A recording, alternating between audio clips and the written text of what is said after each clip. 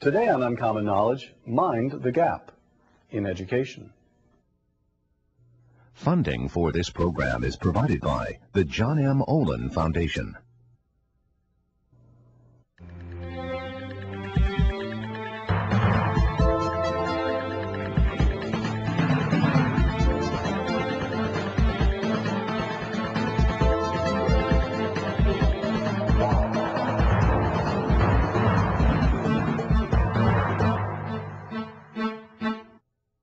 Welcome to Uncommon Knowledge. I'm Peter Robinson. Our show today, how to close the racial gap in education. 50 years after the Supreme Court's landmark decision in Brown versus the Board of Education ruled segregated schools unconstitutional, there still exists an enormous gap in educational achievement between white and black students. Indeed, by some measures, black students and also Hispanic students perform worse today than they did 15 years ago. Why should this racial gap still exist? And what should be done to close it? Joining us today, three guests. Bernard Gifford is a professor of education at the University of California at Berkeley. Abigail Thernststrom is a fellow at the Manhattan Institute. And Stephan Thernstrom is a professor of history at Harvard. The Thernstrom's latest book, No Excuses, Closing the Racial Gap in Learning. Presidential candidate John Kerry, speaking this past spring about the time of the 50th anniversary of the Supreme Court decision Brown versus Board of Education, which declared that separate but unequal schools for white and black children was unconstitutional. I quote John Forbes Kerry, "I'm sorry to tell you, but we still have a separate and unequal school system in America." Close quote. True? False. False. Bernie?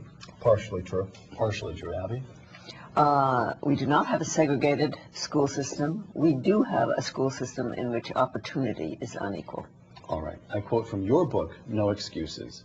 The gap in academic achievement that we see today is actually worse than it was 15 years ago. What gap, and how could it have gotten worse? Abby, begin with you. Well, it is the gap between black and Latino students on the one hand, whites and Asians on the other hand.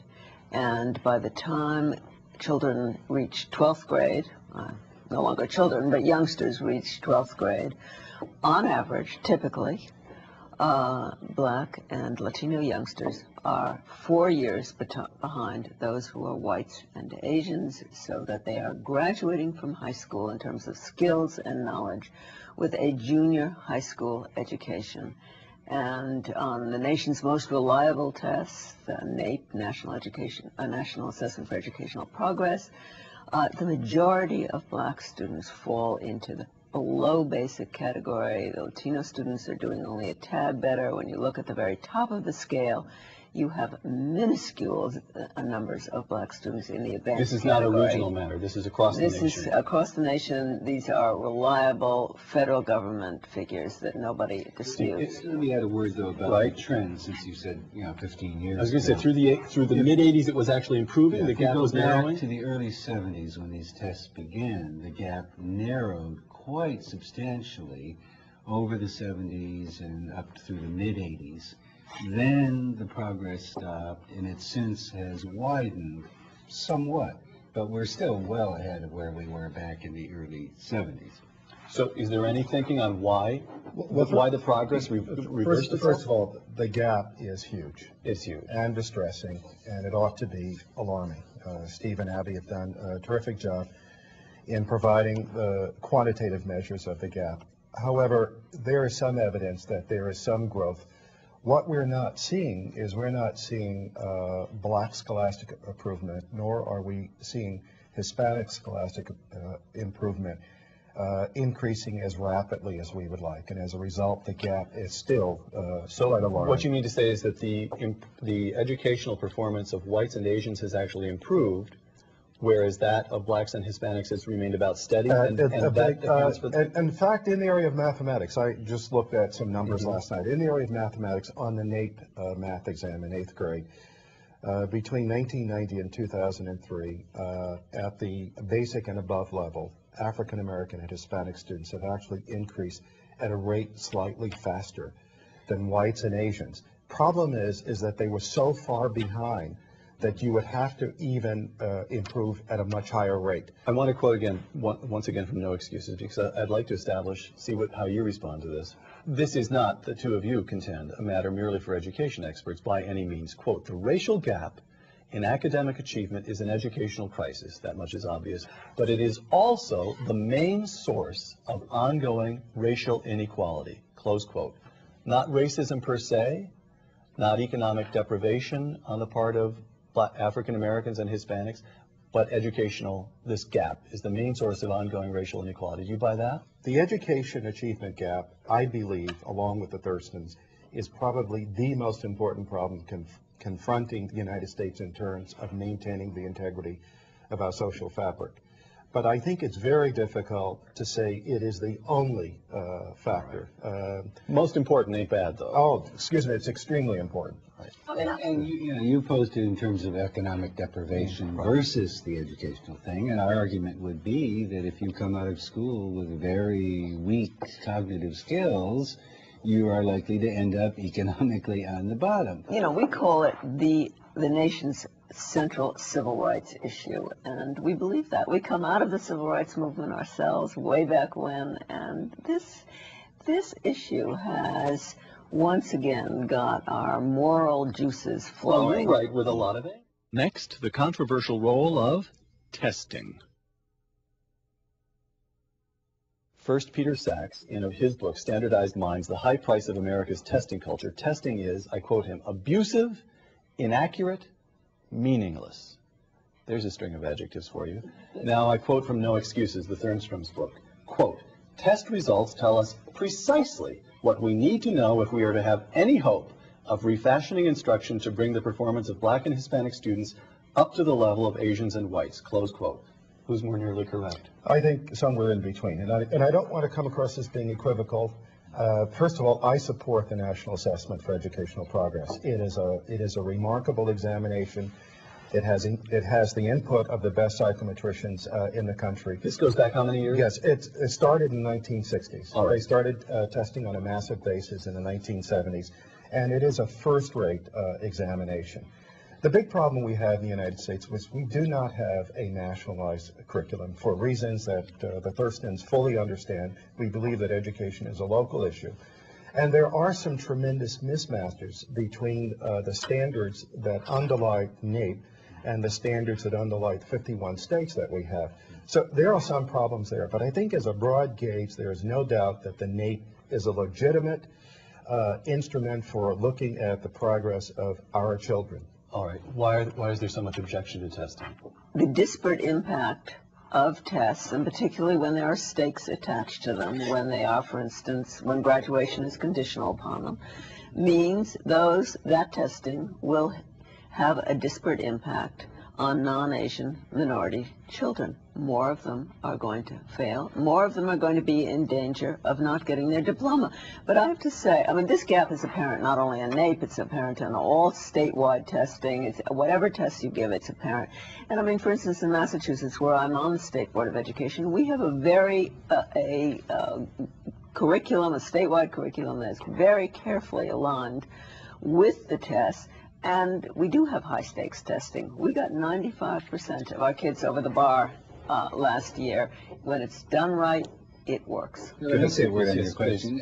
It's certainly clear why a great many teachers and education school professors might be hostile to testing, because without any tests as a measure of how effective the teaching is, they can say, we have wonderful schools. We're doing a fabulous job. What's the problem? Their own lives all we need is more money. Whereas once you begin to have this measure of what the students are learning, you have some basis for saying, well, wait a minute, we've doubled spending in the system over the last 10 years. Okay. The results haven't. So the objection to testing that one hears in the education establishment, it largely amounts to the screams of people who are suddenly being held accountable. It's as simple as that. I think it's a bit unfair to be that simple-minded.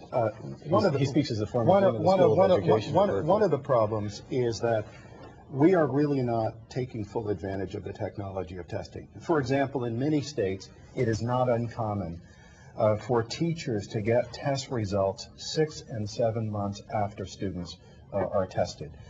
quite often tests will come without any recommendations. In some states, they're actually beginning to generate reports for parents and students telling them what they ought to be doing to correct the achievement gap. So however, on to the second and perhaps dominant theme of the Thernstrom's book, the importance of culture. I quote again from No Excuses: "Culture matters, that which informs a school and that which students bring to a school," close quote. Now, you examine the cultural matrix that characterizes three different groups. Let me just name the groups and give me a sentence or two on the cultural characteristics from which those groups come, or that characterize those groups. Asians. Well, they have the highest level of school engagement of any group, and their students do disproportionately well. They're 20% of the Harvard student body and so on. And clearly that has to do with an unusually strong bond between parents and children. What the parents want, the children do their damnedest to deliver. Hispanics, Abby. We regard Hispanics as an immigrant group, very much like Italians around 1910. They are moving up educationally over generations. All right, now give us the African-American culture now then. We use the word culture, by the way, very reluctantly. We just couldn't find a good substitute for it. Too much disengagement from school, too much television watching, for one thing.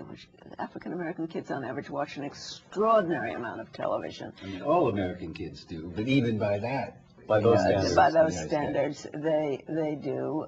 Can I just ask, do you find a marked difference? You remark in the book that these days a third of African Americans count as middle class by economic standards, and then about a third live in the suburbs. So there's a regional shifting out of inner cities to the suburbs.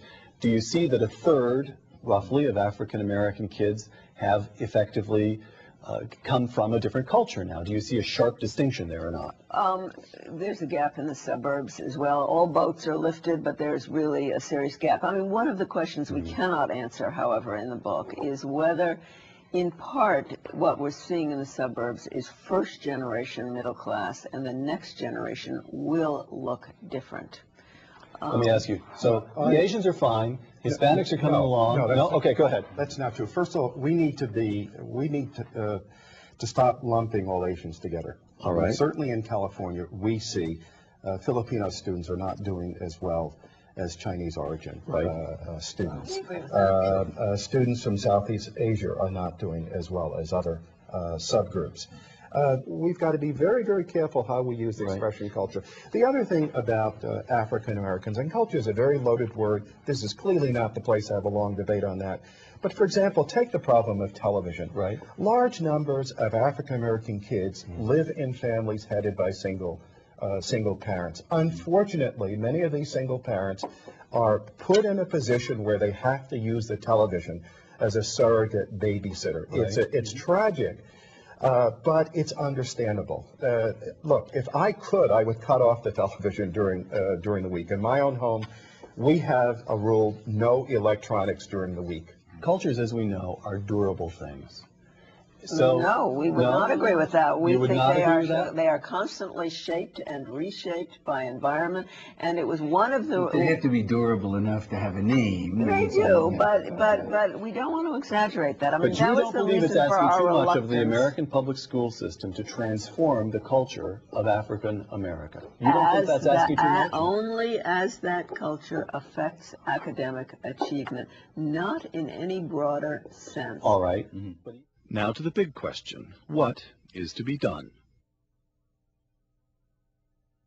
The No Child Left Behind Act of 2001, President Bush's attempted educational reform with a substantial assist from Senator Kennedy.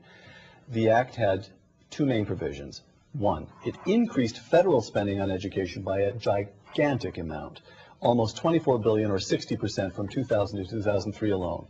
Two, it mandated that, and here I quote the Department of Education, each state must measure every public school student's progress in reading and math in each of grades 3 through 8, and at least once during grades 10 through 12, close quote. You are unabashedly in favor of the No Child Left Behind Act? With reservations, give me a feeling. Necessary but insufficient. Necessary but insufficient. Is that a good statement? Yeah, you go with that? you know what's sad about the No Child Left Behind Act? It coincided with a downturn in our economy. And just as the bill was about to be implemented, every state in the union suffered a tremendous reversal in revenues. Right. And so as a result, is the incremental funds added by No Child Left Behind were offset by major drops in local revenues. Okay. I don't think the Thernstроms are going to go for that one, though, because you have a chapter entitled Send Money, in which you suggest that money alone, pouring money into the structure as it stands, is not a good thing to do. Yes, no, that's certainly true. Now, that's not inconsistent with this particular point of Bernie's, Right. that Let me just, what I'm trying to do is isolate these two. Schools do need money. Our point was not that schools don't need money, or that money can't be put to good use. You were in favor. Let me isolate these two elements of the No Child Left Behind. You're in favor of that $24 billion in extra money between 2000 and 2003. Absolutely. You are. You are too. Yeah, I have no problem with that. All right. That's the No Child Left Behind Act, necessary but not sufficient.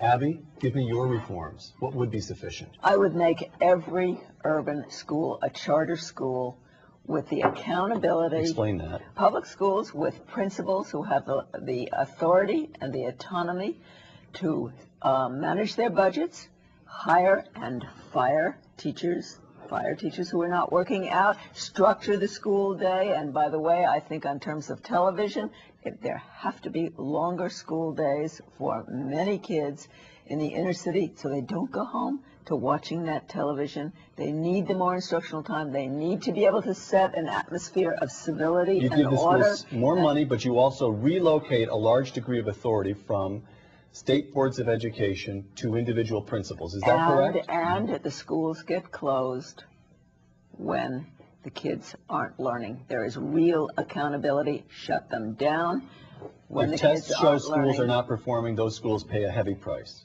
Absolutely. Yeah. Absolutely. If kids are not getting basic skills, shut them down.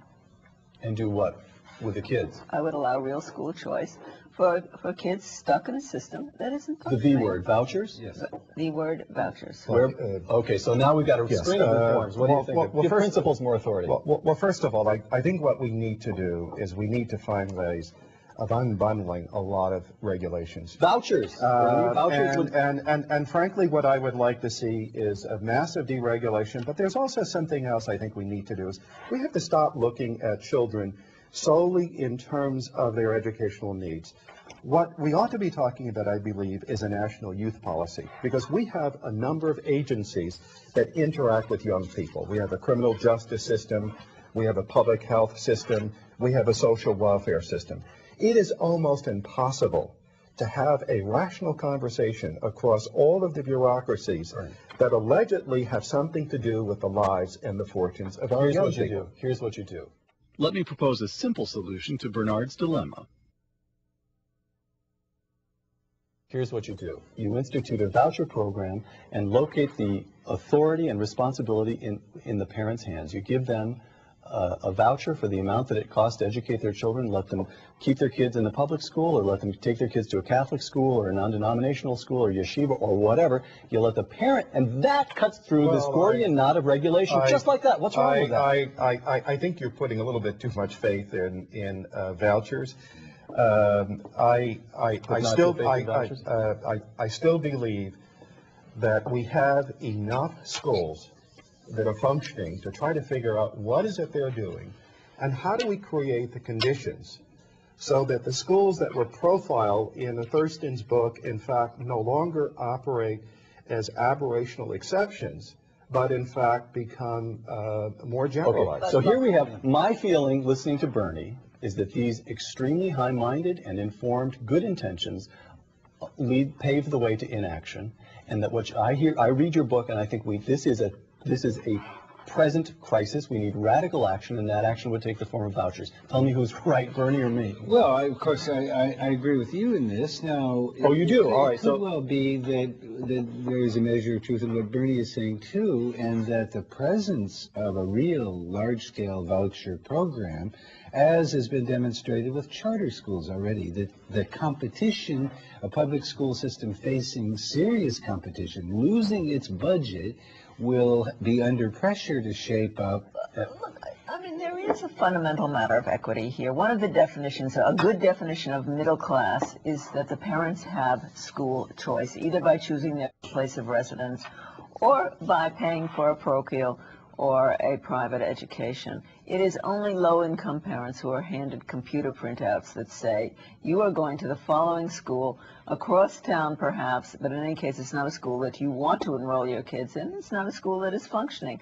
So I think there's a matter of basic equity here. I am for serious voucher experiments to see where we get with them. No. You see, I would actually like to see some control experiments with vouchers. Have any been conducted? Where? Because I thought on a sufficient scale. Yeah, I thought the teachers' unions had blocked anything and not large. with vouchers that have enough money attached to them. I mean, $15,000 per pupil in Washington, D.C. is what they're spending now. Is the voucher experiment going to give parents $15,000 to buy education? Okay, so then the two of you have a political problem, which is how on earth do you build support for the kind of voucher experiment that you'd like to see take place? And here's where I would agree with you. If we're going to have a serious test of the voucher notion, and I think it has to be a serious test in which we collect the evidence, Right. then we've got to make sure that it is well funded Exactly. And well supported. It Exactly. can't be a voucher program in which you provide 1/3 of the funds Exactly. that are provided in public schools. Look, Who's close to conducting such an experiment? Jeb Bush in Florida? Anybody? No one has conducted a serious implementation of a voucher This is program. called Dream Away. Well, that's what... Next, one example of what a voucher program might look like. The following 90 seconds of this program are directed at the current governor of California, Arnold Schwarzenegger. One of his predecessors, Pete Wilson, had a plan. I want to ask you whether it was a good plan. Wilson never pushed it because he never thought it had any political viability, but the plan ran as follows. We would, by testing, identify some small percentage of the worst public schools in California. I think his plan at some point would call for 10%, the worst 10% of public schools, and direct vouchers to those schools. Does that strike you as the kind of thing that would be useful, that Schwarzenegger, who seems to have immense political clout at the moment, ought to do? Bernie, you're a Californian. No? How come? No, because I would not want a voucher program to recreate racial and ethnic and linguistic segregation. Oh, and you think those 10% would show up? And I think if you limited such an experiment to the bottom 10%, you in essence would be recreating racial segregation. Yes, I think if you're serious about doing a real experiment, and I think a legitimate experiment should be done, right, I would make it more open, and what I would argue for is that the students who are involved in this experimental voucher program would be representative of the entire state. What's your proposal for Mitt Romney, then, your governor back in Massachusetts? Look, and just to second what Bernie is saying, the devil is always in the details in these proposals. I mean, they can't be soundbite proposals. You know, they've got to be well worked out. What's my proposal for Mitt Romney? No, I would allow vouchers for children in Boston, and even though we, you know, in terms of... It wouldn't worry you if they were mostly black kids. And I was going to say, well, minority kids in terms of diversity in Boston, as in so many other urban areas now, we're down to 13% whites. Is that so in the public school system in Boston? Yeah. San Francisco, it's about that too. Okay. But I'm not sure of I didn't quite understand Bernie's argument in that these students are already in the bottom 10% are probably 80% black and Hispanic, so they're already attending schools that are racially very imbalanced. So we let them out and use vouchers to go to parochial and other schools. How are they going to be more? But I think that the point is that a good voucher program might bring back into the public school in some of these urban areas more affluent families that have left. So, after narrowing for some years, about 15 years ago, the racial education gap began to widen. 15 years from now, will it be about the same? Or will we have seen some progress, or will indeed it have gotten worse? Bernie? If we commit ourselves to true transformation of the public schools, we will see a narrowing of the achievement gap. If you not, think that likely? You think it likely? I think it's possible. All right, if we don't commit ourselves to a true transformation, then I'm afraid these alarming statistics that bother all of us and should bother every American we will be debating the same issue 15 years from now. Well, I'm in total agreement with that, but I'm keeping hope alive here. So what I'm asking is, what's your political feeling? Is pressure for reform building? We have to make a guess about how much Americans are going to care in coming years, or are they going to continue to think those are somebody else's kids, not my kids, that are falling through the cracks, or are white Americans and Asian Americans going to think those are somebody else's kids? Steve, what do you think? Yes, I'm cautiously optimistic about the future. I think we've made such progress in other respects on the racial front and No Child Left Behind is going to force the facts upon us. We will know year after year. That testing actually is critical. Yes, in the No Child Left Behind. and I think that will encourage us to actually do something that will succeed better than what we've done so far. Steve Thernststrom, Abby Thernstrom, Bernard Gifford, thank you very much. Thank you. I'm Peter Robinson for Uncommon Knowledge. Thanks for joining us.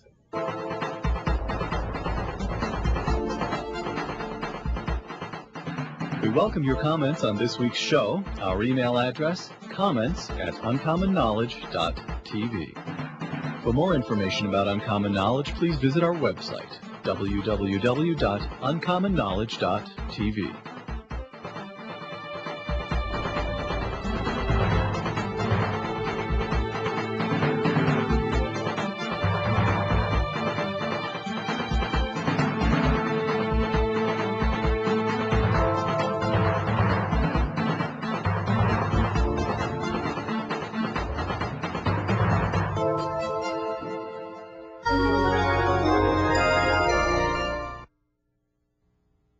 Funding for this program was provided by the John M. Olin Foundation.